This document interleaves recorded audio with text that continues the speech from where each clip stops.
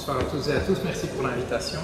C'est vrai que je parle bien volontiers de cette encyclique Laudato Si. Ça va comme ça? Je vous avoue que je n'ai pas lu beaucoup d'encycliques dans ma vie. Celle-ci est la deuxième. La première, c'était Caritas in Veritate, une encyclique de Benoît XVI qu'on m'avait demandé de commenter et qui parlait en principe de questions sociales et qui, je crois que c'était 1 an ou 2 après, ou 3 après la crise financière, dressait un constat en fait assez tiède sur ce qui était en train de se passer, ce qui s'était passé, en se demandant est-ce qu'il ne faudrait pas peut-être un petit peu mieux réguler la finance alors que la finance avait entraîné le monde dans sa chute. Et assez curieusement, une encyclique qui parlait de questions sociales avait trouvé le moyen de parler 3 ou 4 fois de morale sexuelle. On se demandait mais qu'est-ce que ça fait là? Mais voilà, donc ça ne m'avait pas laissé un souvenir impérissable. Et puis Laudato Si.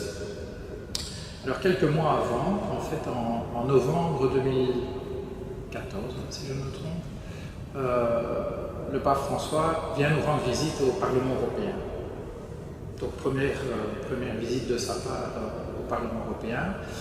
Et il nous fait un discours d'1 heure qui en fait annonçait déjà assez bien ce qui allait se trouver dans Laudato Si. Alors le discours ne parlait pas que des questions qui sont traitées dans Laudato Si, mais quand même une large partie y était consacrée. Ce qui était frappant, c'est que quand il s'est adressé à nous à un moment de son discours, en s'adressant à nous, responsables politiques, il nous dit « N'oubliez pas que vous, les responsables politiques, vous êtes responsables, vous êtes les gardiens de la fragilité.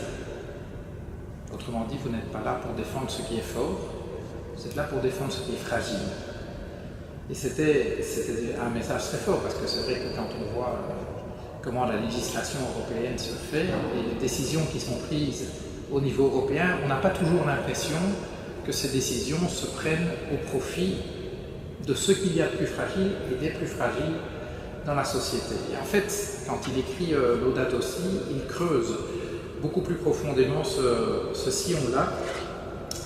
Il va le creuser et on va dire au moment où l'encyclique sort, donc c'est au mois de juin 2015, 7 mois après, on va dire c'est la première encyclique sur l'écologie. Et en fait, c'est pas une encyclique sur l'écologie. C'est pas une encyclique sur l'écologie, c'est une encyclique plutôt sociale qui nous parle en fait des conditions qui permettent à des êtres humains de vivre dignement sur cette planète.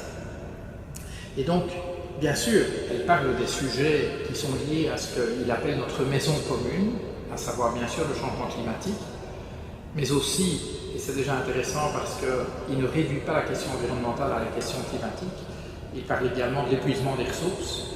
Il parle aussi de l'épuisement de la biodiversité, qui sont les 3 dimensions, donc climat, ressources, biodiversité. Ce sont les 3 dimensions principales du défi écologique aujourd'hui, et il les couvre toutes les 3, mais assez, j'allais dire étonnamment, mais non, c'est pas vraiment étonnant. Il lie cela à la question de ce qu'il appelle la dégradation sociale et de la hausse des inégalités. Alors ce que je vais faire avec vous ce soir, c'est évoquer quelques extraits de cette encyclique en suivant une trame, qui est la trame que moi-même j'ai constituée un petit peu dans ma lecture de Laudato Si. Je vais commencer par le constat. Et donc à plusieurs reprises, il fait le lien entre les constats, entre les défis écologiques et les défis sociaux. Je le cite, paragraphe 48, de fait, la détérioration de l'environnement et celle de la société affectent d'une manière spéciale les plus faibles sur la planète. Ce sont les pauvres qui souffrent davantage des plus graves effets de toutes les agressions environnementales. Et à un moment, il a une parole très forte, puisqu'il nous interroge en disant « Mais qu'est-ce que ça veut dire, le commandement « tu ne tueras point » lorsque 20% des habitants de la planète consomment, et je cite, les ressources de telle manière qu'ils volent aux nations pauvres et aux futures générations ce dont elles ont besoin pour vivre. » Donc il fait clairement le lien entre notre manière de consommer et le fait, en fait, de mettre en péril la vie de certains de nos concitoyens qui vivent aujourd'hui et bien sûr des générations futures. Et ce qui est intéressant, c'est qu'en faisant ce constat, il cherche quelle est la cause de des bouleversements à la fois environnementaux et sociaux. Et il nous dit, on peut dire par conséquent qu'à l'origine de beaucoup de difficultés du monde actuel, il y a avant tout la tendance, pas toujours consciente, à faire de la méthodologie et des objectifs de la technoscience un paradigme de compréhension qui conditionne la vie des personnes et le fonctionnement de la société. Les effets de l'application de ce moule à toute la réalité humaine et sociale se constatent dans la dégradation de l'environnement, mais cela est seulement un signe du réductionnisme qui affecte la vie humaine et de la société dans toutes leurs dimensions. Aujourd'hui, le paradigme technocratique, c'est comme ça qu'il nomme, si vous voulez, ce qu'il voit à la source du problème, est devenu tellement dominant qu'il est très difficile de faire abstraction de ces ressources et il est encore plus difficile de les utiliser sans être dominé par leur logique. Alors, paradigme technocratique, ça sonne un petit peu ésotérique, mais en réalité, il va expliciter son propos tout au fil du texte en disant par exemple que l'économie assume tout le développement technologique en fonction d'une chose, le profit. Sans prêter attention à d'éventuelles conséquences négatives pour l'être humain, les finances étouffent l'économie réelle. De même, on affirme que les problèmes de la faim et de la misère dans le monde auront une solution simplement grâce à la croissance du marché. Ils indiquent que l'objectif de maximiser les bénéfices est suffisant. Et là, ils touchent vraiment le cœur de tout. Si vous voulez, aujourd'hui, ce qui gouverne nos sociétés est d'abord l'économie, comme vous le savez. C'est ce qui est utilisé pour tout justifier, et pas n'importe quelle doctrine économique. C'est la doctrine économique qu'on appelle néoclassique, qui pose que chaque individu se comporte comme ce qu'ils appellent l'homo economicus. C'est-à-dire, en fait, ça postule que la seule chose qui nous motive dans la vie, c'est la maximisation de notre intérêt personnel. Vous allez me dire, comment est-ce qu'on mesure l'intérêt personnel? C'est pas difficile. C'est l'accumulation de tout ce qui nous fait plaisir et qui a un prix. Déjà, donc, si ça n'a pas de prix, si une chose n'a pas de prix, ça ne compte pas dans le calcul de la fonction d'utilité. Et bien sûr, la seule chose qui nous intéresse, c'est de maximiser cette fonction pour nous-mêmes. Et c'est en fait ça qui est en cause. Et donc l'idée, c'est la concurrence libre et non faussée de chacun avec tous produit l'optimum pour nos sociétés. Autrement dit, c'est ce qu'il y a de mieux à faire, c'est une manière, enfin c'est une pensée qui est exprimée par cette espèce de devise, c'est bien d'être cupide, enrichissez-vous. Sous-entendu, si vous vous enrichissez, toute la société en profitera. Enrichissez les plus riches, tout le monde en profite. Renforcer le pouvoir des multinationales, tout le monde en profite. Et c'est ça qui dénonce là. C'est cette idée que le profit est quelque part la mesure de toute chose. Et ça se traduit, là je peux parler en tant que législateur européen, lorsque on fait une étude d'impact avant d'adopter une législation, ce qui est premier dans l'étude d'impact, c'est est-ce que ce qu'on va adopter comme législation a un impact éventuellement négatif sur le profit de quelqu'un. Si on augmente les normes d'émissions de CO2 ou les émissions toxiques des voitures, est-ce que ça va avoir un impact éventuellement négatif sur les profits des industries automobiles? Est-ce que si on interdit des produits chimiques qui sont des perturbateurs endocriniens, c'est-à-dire qui dérèglent le système de régulation de notre corps, est-ce que ça aura un impact négatif sur le profit des entreprises chimiques qui commercialisent ces produits? Et donc, il met le doigt vraiment sur le nœud de l'affaire. C'est la soumission, en fait, de toutes nos sociétés à une seule logique, celle de la maximisation du profit. Comme si tout le reste en dépendait. Et de là, on en vient facilement, dit-il, à l'idée d'une croissance infinie ou illimitée qui a enthousiasmé et enthousiasme encore beaucoup d'économistes, de financiers et de technologues. Ça suppose, dit-il, et c'est un des endroits, un des multiples endroits dans le texte où il démonte ce mythe, ça suppose le mensonge de la disponibilité infinie des biens de la planète, qui conduit à la presser la planète comme un citron, jusqu'aux limites, et même, dit-il, au-delà des limites. Et voilà un endroit où il dénonce cette idée d'une croissance infinie. Il reviendra à plusieurs reprises. Et il dit finalement, on est face à un relativisme pratique, autrement dit, quand l'être humain se met lui-même au centre, il finit par donner priorité absolue à ses intérêts de circonstance et tout le reste devient relatif.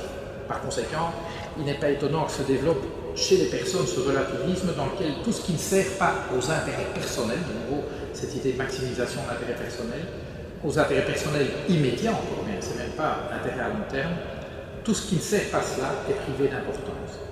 Et c'est aussi la logique intérieure de celui qui dit « Laissons les forces invisibles du marché réguler l'économie parce que ces impacts sur la société et sur la nature, les impacts du marché, sont quelque part des dommages inévitables. » Pour le dire en français, on ne fait pas d'omelette sans casser d'eau. Donc on ne fait pas de la croissance sans impact, et c'est vrai, sans impact environnemental.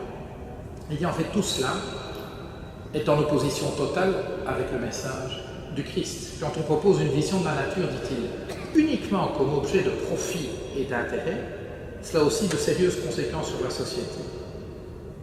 La vision qui consolide l'arbitraire du plus fort a favorisé d'immenses inégalités, injustices et violences pour la plus grande partie de l'humanité. Pourquoi ? Eh bien parce que les ressources finissent par appartenir au premier qui arrive ou à celui qui a le plus de pouvoir. Le gagnant emporte tout. L'idéal d'harmonie, de justice, de fraternité et de paix que propose Jésus est aux antipodes, ce sont ces mots, de pareils modèles.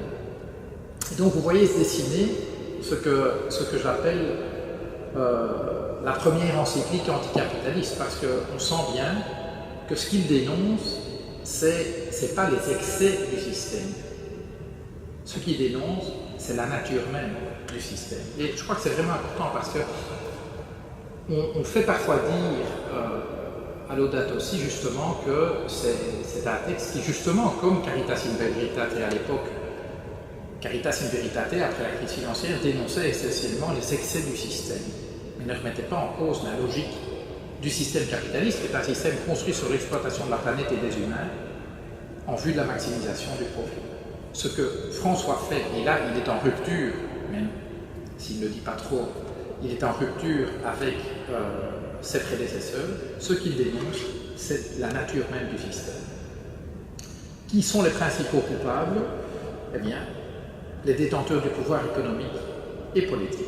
La politique et l'économie, dit-il, ont tendance à s'accuser mutuellement en ce qui concerne la pauvreté et la dégradation de l'environnement.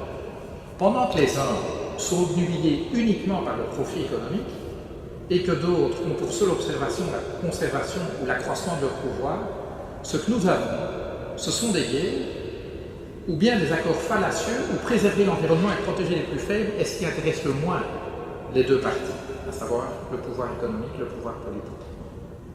Et tout cela alimente une forme de consumérisme tout à fait extrême, étant donné, dit-il, que le marché tend à créer un mécanisme consumériste compulsif pour placer ses produits, les personnes finissent par être submergées dans une spirale d'achat et de dépenses inutiles. Le consumérisme obsessif est le reflet subjectif du paradigme techno-économique. Ce paradigme fait croire à tous qu'ils sont libres, tant qu'ils ont une soi-disant liberté pour consommer, alors que ceux qui ont en réalité la liberté, ce sont ceux, et là aussi il est très précis, qui constituent la minorité en possession du pouvoir économique et financier. L'obsession d'un style de vie consumériste ne pourra que provoquer violence et destruction réciproque, surtout quand seul un petit nombre peut se le permettre. Et donc, de nouveau, il utilise, et j'ai cité un autre extrait tout à l'heure, il parle de guerre, il parle de violence, il n'utilise pas des mots enrobés. Je veux dire, c'est un message qui est extrêmement tranchant en disant bien ce paradigme est en fait un paradigme violent qui produit les conflits et qui donne l'illusion de la liberté, alors qu'en réalité, seuls sont libres ceux qu'on appellerait à Wall Street les 1%. Et donc, il nous invite à agir d'urgence. Déjà, dit-il, les limites maximales d'exploitation de la planète ont été dépassées. C'est pas on risque de dépasser les limites de l'exploitation de la planète. Et donc, nous dépassons les limites alors que sans que nous ayons résolu le problème de la pauvreté. Des symptômes d'un point de rupture semblent s'observer, et donc il écrivait avant l'été 2018, donc ça a été écrit il y a en fait 4 ans maintenant. Des symptômes d'un point de rupture semblent s'observer à cause de la rapidité des changements et de la dégradation qui se manifeste tant dans les catastrophes naturelles régionales que dans les crises sociales ou même financières. Et de nouveau, vous voyez bien Les symptômes sont à la fois des symptômes de crise environnementale, mais aussi de crise sociale ou financière. Et de nouveau, toute l'encyclique est traversée par ce lien permanent entre la question environnementale et la question sociale. Autrement dit, cette logique d'exploitation touche aussi bien la planète que ses habitants. Et donc il nous met devant nos responsabilités en disant le rythme de consommation, de gaspillage et de détérioration de l'environnement a dépassé les possibilités de la planète à tel point que le style de vie actuel, parce qu'il est insoutenable, peut seulement conduire à des catastrophes. Et l'atténuation des effets de l'actuel déséquilibre dépend de ce que nous ferons dans l'immédiat. Il nous dit qu'il devient indispensable de créer un système normatif qui implique des limites infranchissables. Donc quand il dit « nous avons déjà dépassé les limites de ce qui est tolérable pour la planète et pour nos sociétés », il rappelle qu'il faut imposer par un système normatif, c'est-à-dire par la loi, des limites infranchissables afin d'assurer la protection des écosystèmes avant que des nouvelles formes de pouvoir dérivées du paradigme techno-économique ne finissent par raser non seulement la politique, mais aussi la liberté et la justice. Et à nouveau, c'est un constat qu'on peut faire et que nous sommes nombreux à faire. En fait, la concentration du pouvoir économique, du pouvoir financier dans cette logique d'exploitation, en réalité, met en péril pas seulement la planète, pas seulement l'égalité, mais en fait met en péril la démocratie. Et si vous regardez l'histoire de l'humanité, et évidemment ce sont des choses qui résonnent aujourd'hui, si vous regardez ce qui s'est passé dans les années 30, quand des régimes fascistes se sont installés en Allemagne et en Italie,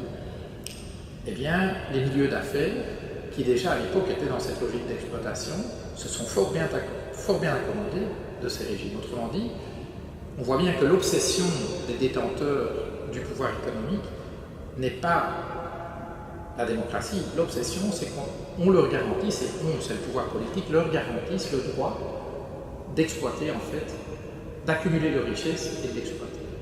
Et si le coût de cette affaire-là, c'est la démocratie, très bien, c'est pas un problème.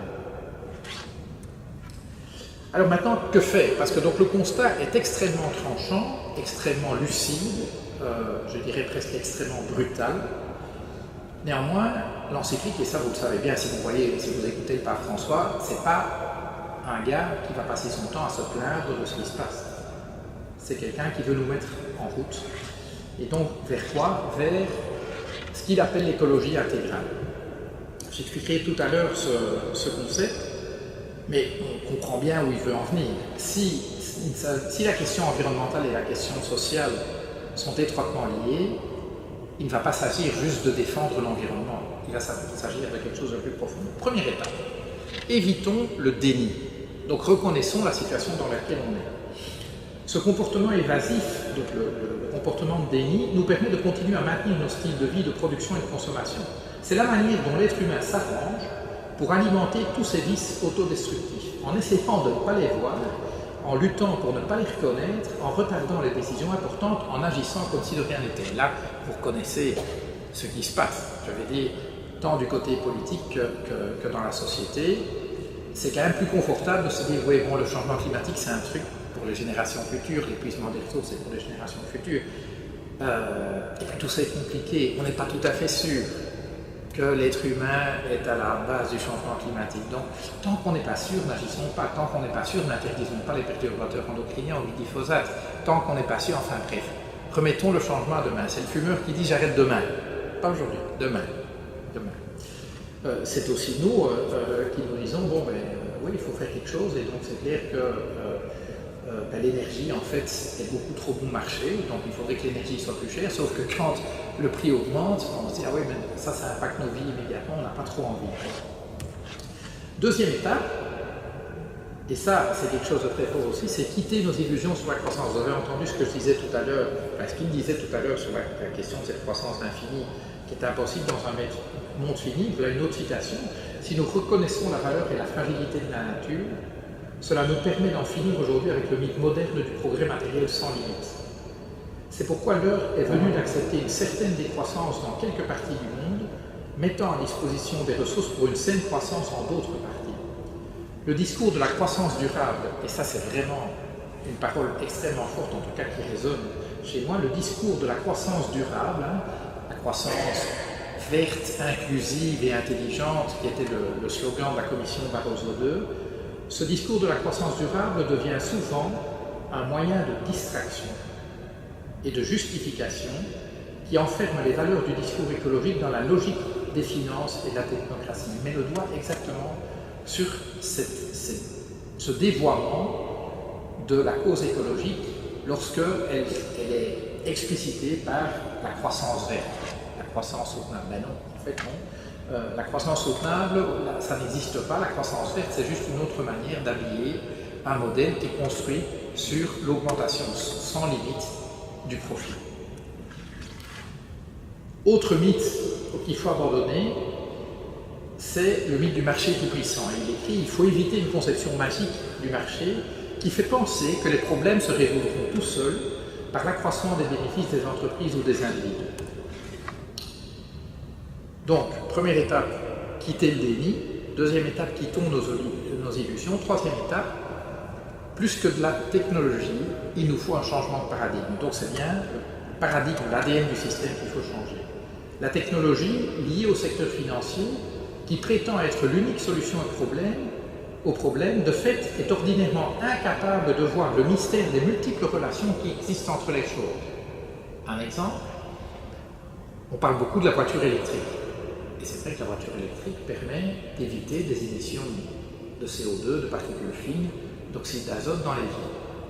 Mais si vous faites le bilan écologique de la voiture électrique, vous constatez assez vite qu'elle n'est pas un très grand progrès par rapport à la voiture à moteur à combustion interne, diesel ou essence.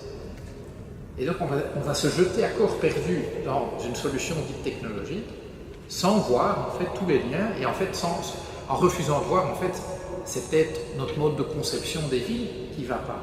Lorsqu'on remplace du commerce de proximité par des commerces qui sont à la périphérie des villes et accessibles uniquement en voiture, en fait on crée des besoins de mobilité qui n'existaient pas avant et dont on pourrait peut-être se passer, donc la solution n'est peut-être pas uniquement technologique.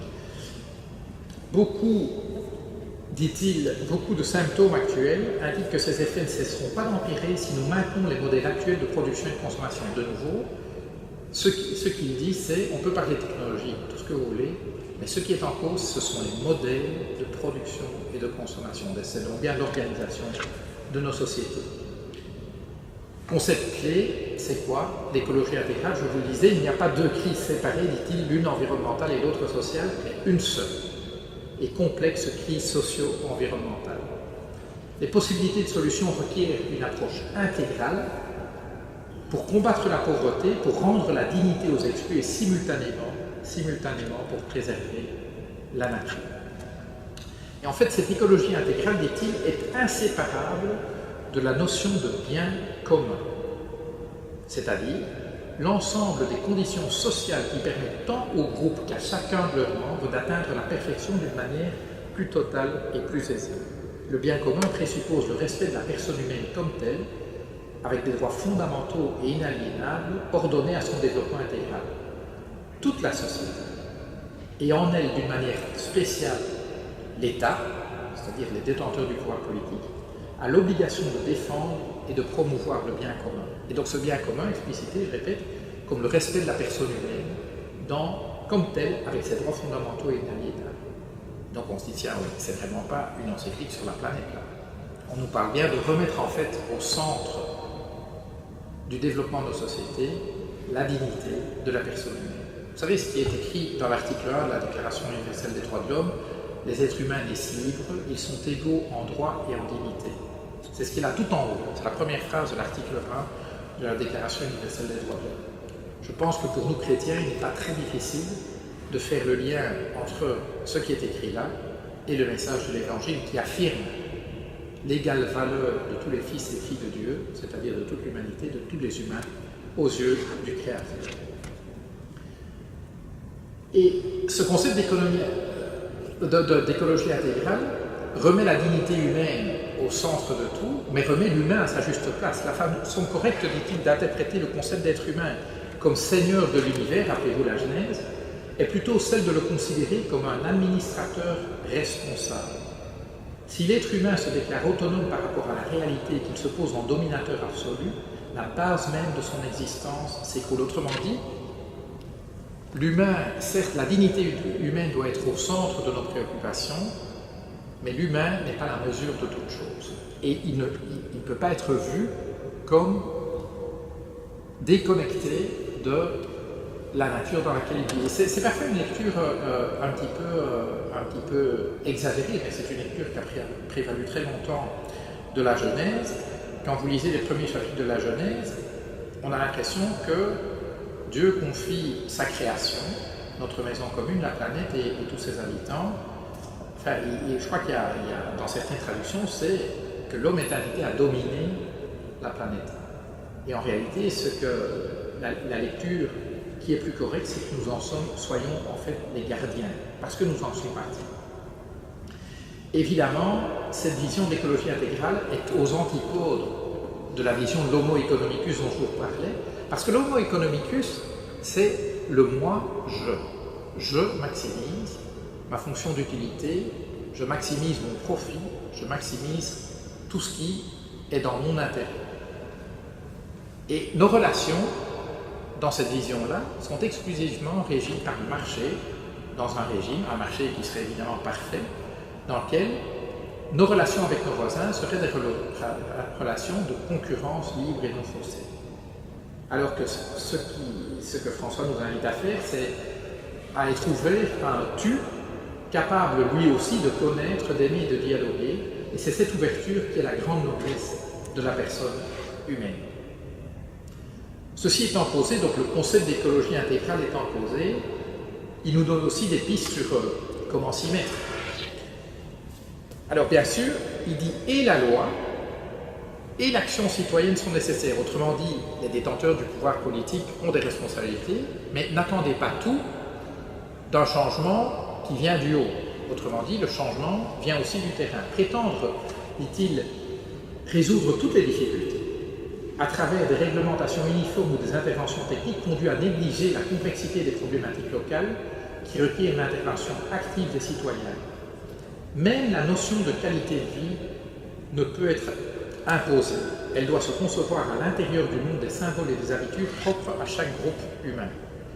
Et rappelez-vous, c'est en filigrane une dénonciation de ces différents mythes politiques qui consistent à savoir mieux que le peuple ce qui est bon pour le peuple, à savoir ce que c'est une vie valant la peine d'être vécue.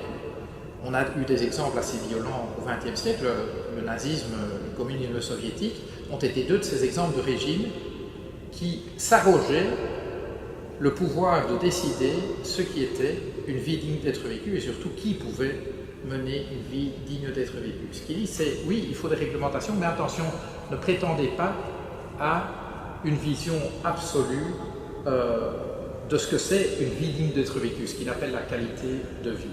Autrement dit, chaque groupe humain et chaque individu, en fait, a une recette de ce que c'est une vie digne. Alors, il parle de beaucoup de chantiers, je ne vais pas rentrer dans le détail, il parle de la question du défi de donner à tous la possibilité d'un travail digne. Vous allez dire, qu'est-ce que ça fait là? Ben oui. Dans un système qui est construit sur l'exploitation de l'humain et de la planète, l'humain est vu comme une ressource que l'on exploite et puis qu'on jette. C'est ce qu'il appelle la culture du déchet. Il en avait déjà parlé beaucoup dans son discours au Parlement européen.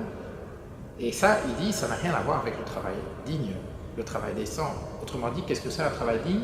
C'est un travail qui permet à chacun de trouver une place dans la société, d'apporter de la valeur à la société, de trouver du sens à sa vie. Alors il va parler de comment rendre nos villes durables, il va parler de comment mettre le changement climatique sous contrôle, il va parler de la transition énergétique, autant de chantiers qui sont nécessaires. Et donc il en appelle évidemment aux politiques en disant voilà, nous avons besoin de votre part d'une politique au vu large, qui suive une approche globale en intégrant dans un dialogue interdisciplinaire les divers aspects de la crise. Souvent, la politique elle-même est responsable de son propre discrédit à cause de la corruption et du manque de bonnes politiques publiques. Alors, quels sont les principes directeurs qui doivent diriger notre action? D'abord, évidemment, un principe qui s'inscrit dans la tradition, dans la doctrine sociale de l'Église, l'option préférentielle pour les plus pauvres. Dans les conditions actuelles de la société mondiale, écrit-il, où il y a tant d'inégalités, où sont toujours plus nombreuses les personnes marginalisées, privées des droits humains fondamentaux, le principe du bien commun devient immédiatement, comme conséquence logique et inéluctable, un appel à la solidarité et à une option préférentielle pour les plus pauvres. C'est un enseignement qui est ancien, sauf que, évidemment, l'Église n'a pas toujours été fidèle à cet enseignement. Autre principe directeur, le principe de précaution. Dans la déclaration de Rio de 1992, rappelle-t-il, il est affirmé en cas de risque de dommages graves et irréversibles, l'absence de certitude scientifique absolue ne doit pas servir de prétexte pour remettre à plus tard l'adoption de mesures effectives qui empêcheraient la dégradation de l'environnement. Ce principe de précaution permet la protection des plus faibles. Ça n'entraîne pas qu'il faille s'opposer à toute innovation technologique qui permet d'améliorer la qualité de vie d'une population, mais dans tous les cas, il doit être bien établi que la rentabilité ne peut pas être l'unique élément à prendre en compte. Et là aussi, c'est un message très fort. Puisqu'essentiellement aujourd'hui, la logique, c'est si ça rapporte, il faut le faire. De nouveau, le profit vient avant tout. Si ça rapporte, il faut le faire. J'ai eu comme ça de multiples discussions sur la question de la régulation financière.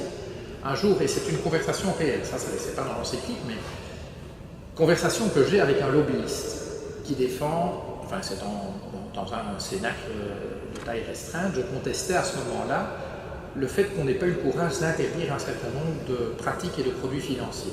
Vous vous rappelez, au moment de la crise financière, on parlait beaucoup de produits toxiques. Qu'est-ce qu'on fait quand un produit est toxique? On l'interdit. Et au moment où on a cette conversation, je crois que c'était en 2012, on est donc 5 ans après le début de la crise, et je dis c'est quand même terrible que jusque maintenant on a et encore dans certaines conditions, on ne s'est autorisé qu'à interdire un seul produit financier. Et c'est même pas une interdiction absolue. Et je prends un exemple. Je dis par exemple, je pense que le prêt de valeur mobilière, je vais vous expliquer ce que c'est une activité qui devrait être interdite. De quoi s'agit-il?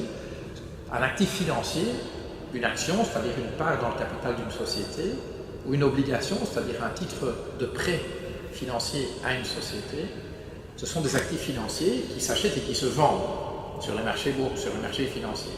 Une nouvelle activité, c'est depuis une dizaine d'années, ce n'est ni l'achat ni la vente, mais la location, le prêt d'actifs financiers. Donc vous êtes détenteur d'1 million d'actions d'IBM, vous allez non pas les vendre à un tiers, vous allez les louer à un tiers. Et donc ce tiers va vous payer un loyer pour emprunter vos actions IBM pendant 1 mois, pendant 2 mois, pendant une semaine, pendant 1 jour, pendant 1 minute. Et nous pensons que c'est une activité nuisible. Et donc je dis, voilà typiquement le genre d'activité à interdire. Se trouve dans la salle le secrétaire général de l'Association internationale pour le prêt de valeur mobilière, c'est-à-dire le lobby qui a été créé par les banques, les sociétés d'assurance, les détenteurs d'actifs, précisément pour défendre cette activité. Et il est dans la salle. Donc il me dit, Monsieur Lambert, j'ai la réponse. Et donc je pose la question de l'utilité sociale de cette activité en disant, pour nous, ça n'a pas d'utilité sociale et donc il faut l'interdire. Et le type dit, mais Monsieur Lambert, j'ai la réponse à votre question. 5 milliards d'euros. Que voulez-vous dire? Eh bien, 5 milliards d'euros, ce sont les profits qui ont été faits l'an dernier par des détenteurs de produits financiers, d'actifs financiers, en les louant à des tiers. Donc, il me répond en disant, ça rapporte. C'est à quoi je réponds, écoutez, vous ne répondez pas à ma question, je vous parlais d'utilité sociale. Et donc, pour lui, l'utilité sociale, il suffisait de dire que ça rapportait. Mais je lui dis, vous savez, le trafic d'êtres humains, ça rapporte. La prostitution, ça rapporte. Le trafic de drogue, ça rapporte. Et pourtant, nos sociétés décident qu'un certain nombre de ces activités sont nuisibles à la société, nuisibles à l'humain, et donc nous les interdisons. Donc vous n'avez pas répondu à ma question. Et le type se gratte un peu la tête, et puis il est un peu embarrassé, il me dit « oui, enfin bon, je ne les ai pas ici, mais il y a des études qui prouvent que le prêt de valeur mobilière est bon pour la liquidité des marchés. » Ce à quoi je réponds, écoutez, la liquidité, c'est comme en toute chose. Il peut y en avoir trop, il peut y en avoir trop peu. Donc à la limite, si vous pouvez me prouver que cette activité financière augmente la liquidité quand elle est rare et réduit la liquidité quand elle est trop abondante, vous m'aurez montré l'utilité sociale, puisqu'en fait, cette activité stabilise les marchés financiers. Et la stabilité des marchés est plutôt positive pour nos sociétés. Sauf que, c'est l'inverse. Le prêt de valeur mobilier augmente la volatilité des marchés, c'est-à-dire augmente la liquidité quand elle est déjà abondante et la réduit quand elle est déjà faible. En fait, ça amplifie les fluctuations des marchés. Le type était mat en 3 coups, mais tout ça pour vous dire que c'est la logique du profit. Autre exemple tout récent, nous avons adopté au Parlement et au Conseil de nouvelles normes pour les émissions de véhicules. Et dans les semaines qui ont précédé, nous avons reçu des courriers insistants de la Fédération européenne des fabricants d'automobiles nous disant « Ne faites pas ça parce qu'en fait, vous allez réduire l'emploi. » Alors c'est assez curieux d'avoir des multinationales de l'automobile qui se préoccupent d'emploi. Je veux dire, si vous êtes un peu familier avec les entreprises, en particulier les multinationales, vous savez très bien que ce qu'ils mesurent à la fin de chaque trimestre, ça n'est pas l'emploi. Je veux dire, la logique de l'entreprise n'est pas de créer de l'emploi, la logique de l'entreprise est de maximiser du profit. Mais évidemment, bon, si vous êtes Volkswagen, ça fait mieux de dire protégeons l'emploi que de dire protégeons nos profits. D'accord? Et en fait, leur logique, c'est de dire oui, mais si vous réduisez les plafonds autorisés d'émissions de CO2 ou de NOx ou de particules fines, en fait, vous allez peut-être nous embarrasser parce que on a mis tous nos œufs dans le panier du diesel et si on doit faire autre chose, peut-être qu'on n'est pas prêt, peut-être qu'on ne sera pas capable, peut-être qu'en fait on va devoir investir et investir, ça veut dire que tout cet argent qu'on investira, ça ne sera pas dans les profits. Et donc, pas un mot évidemment dans leur courrier sur, tiens, au fait, pourquoi est-ce qu'on réduit le CO2 là? Parce qu'il y a le changement climatique. Et le changement climatique potentiellement peut éliminer l'humanité. Et donc ce qu'ils disent, c'est, la question n'est pas ça, la question c'est que ça rapporte, et si vous nous demandez, pour ces objectifs un peu idiots de protéger l'humanité, ça va moins nous rapporter. Toujours cette idée que le profit justifie tout. Et c'est profondément enraciné, c'est pas un truc... ils ne se rendent même plus compte, en fait. Ils ne se rendent même plus compte qu'ils soumettent en fait tout à la logique du profit. Et donc, toujours dans les principes, pour revenir à l'encyclique, c'est, dans notre action, trouver la bonne hiérarchie. Donc au lieu de mettre le profit en tête, mettre la vie avant tout. La politique ne doit pas se soumettre à l'économie et celle-ci ne doit pas se soumettre au diktat ni au paradigme d'efficacité de la technocratie. Aujourd'hui, en pensant au bien commun, nous avons impérieusement besoin que la politique et l'économie, en dialogue, se mettent résolument au service de la vie, spécialement de la vie humaine. Autrement dit, enfin, il affirme une évidence, mais aujourd'hui, nous vivons dans un monde où la planète et l'humain sont vus comme des ressources qui alimentent l'économie, cette économie alimentant la finance. Et il nous rappelle que, écoutez les gars, si on a une économie, ça n'est pas pour alimenter la finance. Si on a une économie, c'est pour servir le bien humain. C'est quand même ça qui est premier, non? Ça semble évident, mais enfin, visiblement, il faut le rappeler.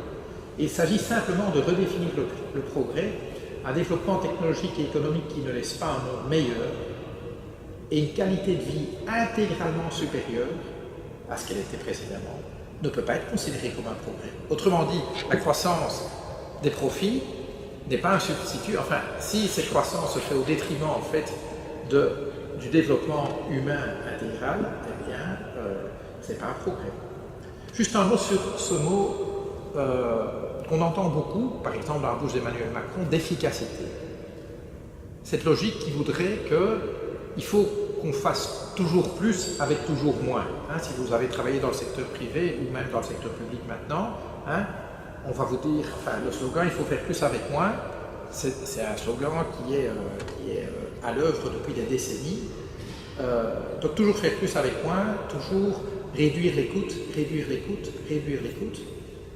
être plus efficace.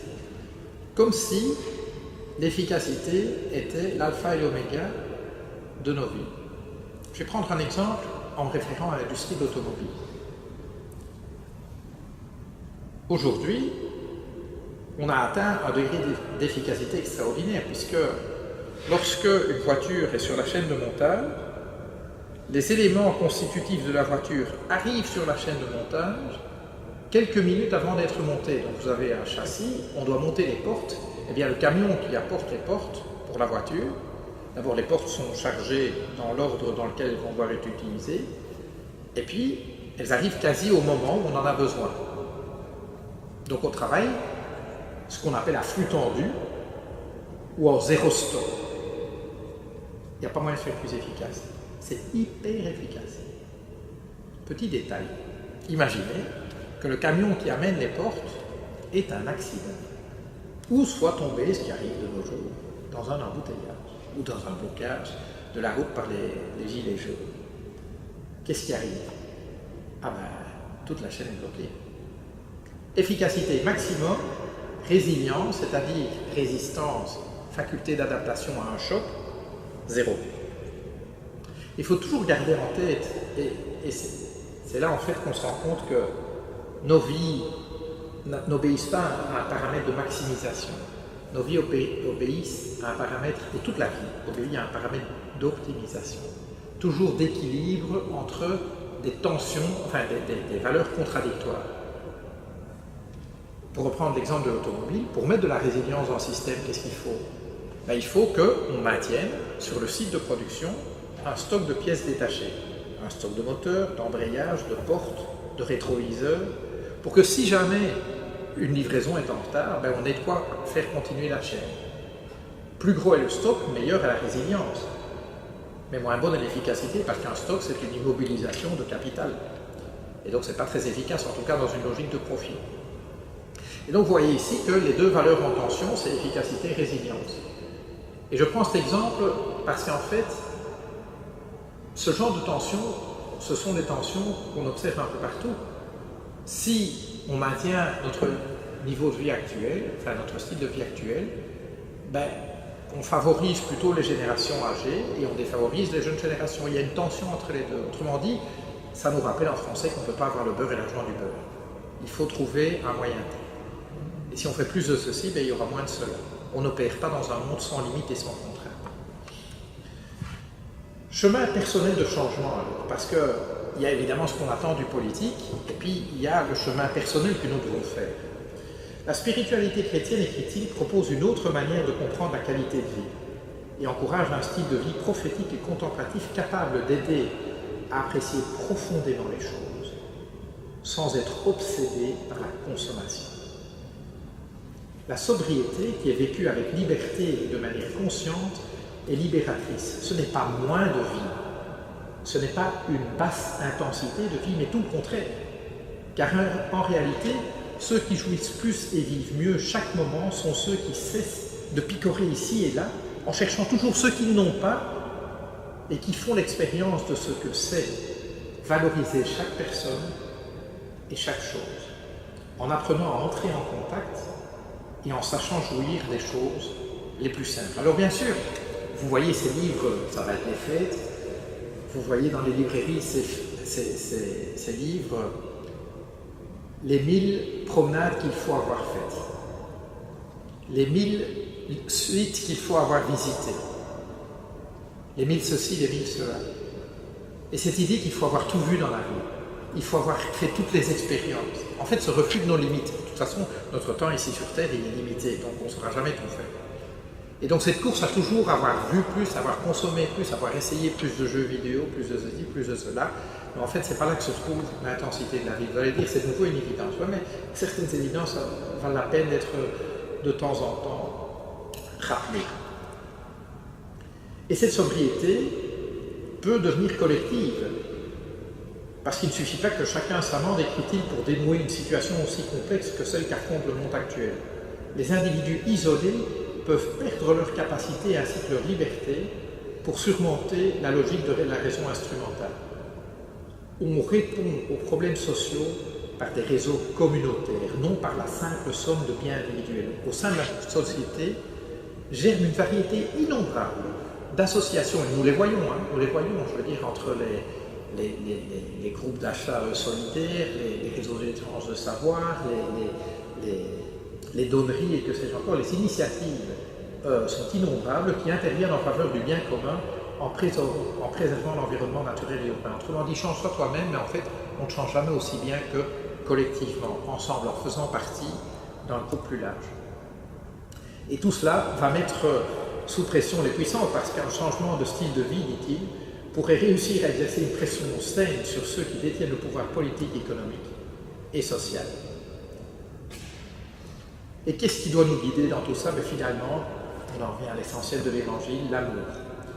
L'amour fait de petits gestes d'attention mutuelle est aussi civil et politique. Il se manifeste dans toutes les actions qui essaient de construire un monde meilleur. L'amour de la société et l'engagement pour le bien commun sont une forme excellente de charité qui non seulement concerne les relations entre les individus, mais aussi les macro-relations, rapports sociaux, économiques et politiques. Voilà ce que je voulais vous partager.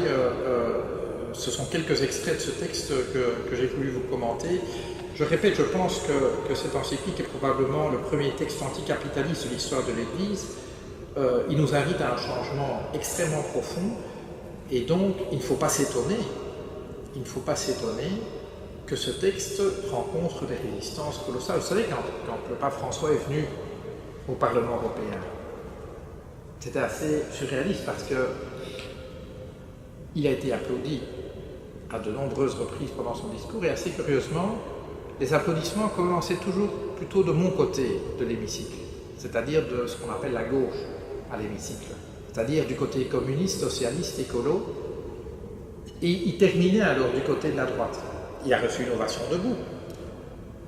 Mais alors que son message est un message quand même de rupture avec le modèle actuel, n'imaginez pas que du jour au lendemain, les politiques aient changé.